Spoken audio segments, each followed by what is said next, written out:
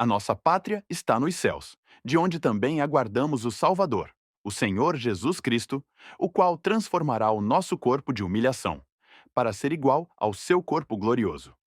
Jesus em breve virá para buscar a sua igreja, seu povo remido, justificado e santificado. Na eternidade ao lado do Pai, nós desfrutaremos da paz e harmonia que foi perdida no Éden por causa do pecado. E então, nossos corpos serão transformados e o que é corruptível se revestirá de incorruptibilidade. Este é o terceiro e último vídeo da série em que estamos nos aprofundando na doutrina da salvação, que se divide em três etapas: justificação, santificação e glorificação. E hoje, para concluirmos esse estudo, falaremos sobre a terceira etapa, a glorificação. Para recapitular o que vimos até aqui, entendemos que a justificação é um ato de Deus que posiciona o homem arrependido como justo e inocente diante dele mesmo.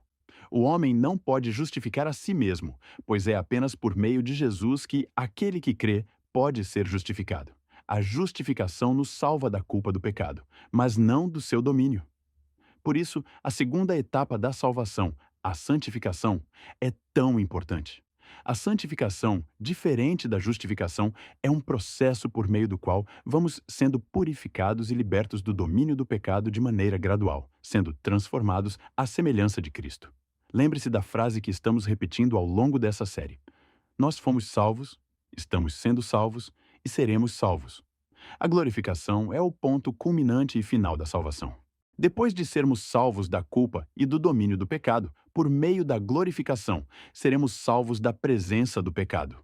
Essa é a etapa final da salvação, porque se refere ao momento em que Cristo retornar e houver a ressurreição dos mortos. Sabemos muito bem que o pecado manchou e deturpou a criação, incluindo o ser humano. O homem e a mulher, lá no Éden, receberam a ordem de se multiplicar e povoar a terra. Mas depois do pecado, eles só poderiam multiplicar aquilo que se tornaram: pecadores. Sendo assim, é correto afirmar que nós não somos pecadores porque pecamos, mas pecamos porque somos pecadores.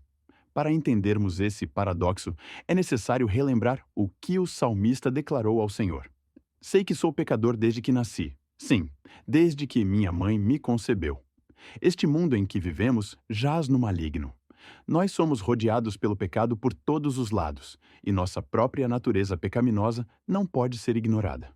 É isso que nos torna tão necessitados do sacrifício de Jesus que nos trouxe a salvação. O pecado é destruidor. O apóstolo Paulo enfatiza isso em sua carta aos Romanos, dizendo que toda a criação geme em conjunto como se sofresse dores de parto até agora. E nós mesmos gememos interiormente, esperando ansiosamente a redenção do nosso corpo.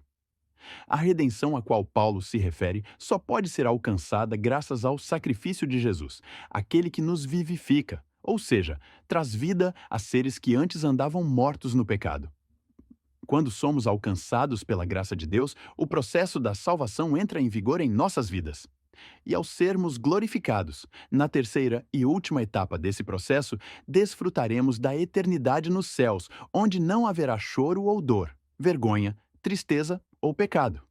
Na eternidade, o corpo perecível ressuscitará imperecível. A fraqueza ressuscitará em poder, e o corpo natural ressuscitará em um corpo espiritual. A glorificação, portanto, se refere ao ato final da salvação, que nos transforma definitivamente à imagem de Jesus, quando passaremos a ter corpos gloriosos, imortais, incorruptíveis, perfeitos e sem pecado. O primeiro nascimento, aquele que acontece a partir de Adão, multiplicou a natureza pecaminosa. O segundo nascimento, porém, aquele que acontece no momento em que recebemos Jesus como Senhor e Salvador de nossas vidas, culminará em um corpo transformado à semelhança de Cristo, o segundo Adão. O apóstolo Paulo explica a ordem dos fatos em sua primeira carta enviada aos Coríntios, dizendo que, ao som da última trombeta, os mortos ressuscitarão incorruptíveis. E quando o que é mortal se revestir de imortalidade, então a morte, o salário do pecado, será definitivamente vencida. Em nossa morada celestial, estaremos finalmente livres do pecado. Sendo assim, a segunda vinda de Jesus deve ser compreendida como o ápice do plano redentor traçado por Deus desde a fundação do mundo. E é dessa forma que você e eu, meu irmão, podemos compreender a maravilhosa e profunda doutrina da salvação. Por meio à justificação, somos salvos da culpa do pecado. A santificação nos salva gradualmente do domínio do pecado que outrora nos aprisionava. E por fim, a glorificação se dará na volta de Jesus, momento em que, com corpos transformados à semelhança de Cristo, seremos levados para a nossa morada eterna e viveremos livres da presença do pecado. Esse é o último vídeo da nossa série sobre as etapas da salvação.